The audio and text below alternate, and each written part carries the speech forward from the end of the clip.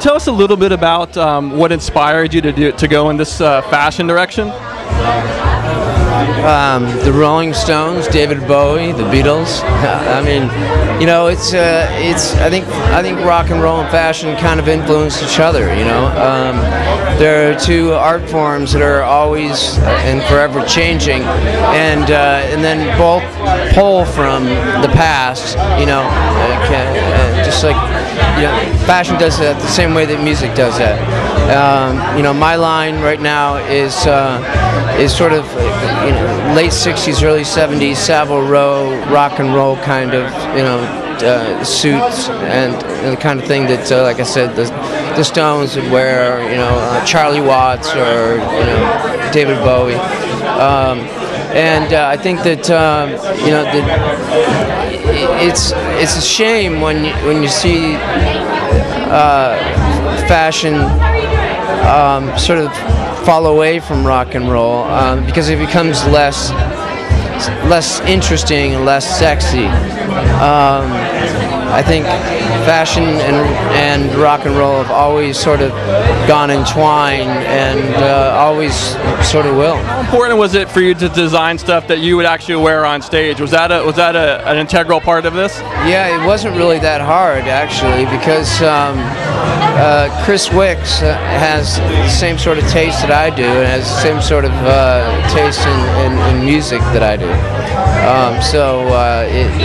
It really wasn't that difficult, you know. I talked to him about the kind of stuff that I liked, and he you know, showed me some stuff, and we were kind of right on base, you know, from the very beginning. What's next for you? Because Velvet Revolver is no longer, right? There's no chance of you coming back to that band? Yeah, that's what I said about STP, but you know, right now you know, STP is my band. You know, it's you know, I do my solo stuff and STP, and we're almost finished with the next STP record. Just one question for you. So what kind of writer are you, Scott? Are you the guy that wakes up in the middle of the night and pens lyrics on the back of bills, or what you are? Yeah. You know, I could be, you know, it could be at home, you know, something that I hear, you know, or watching a movie, you know, something that inspires me while reading a book, something, you know, a dream. You know, and I'll write it anywhere, and I keep those little, you know, pieces of paper everywhere, and those little tidbits often become songs.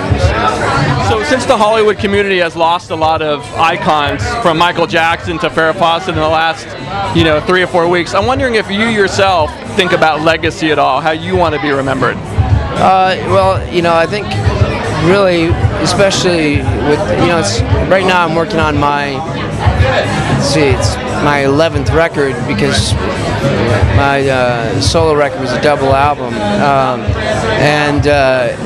you know, I consider that, you know, working on a legacy.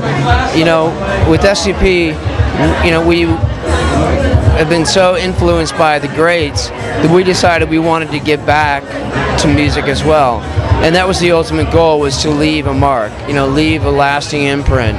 And so we're, you know, that's been our goal. That's what we're trying to do, and we feel that we're in that place where we're right in the middle of our career right now. All right, this is Scott Weland saying hello to the ROXY.com.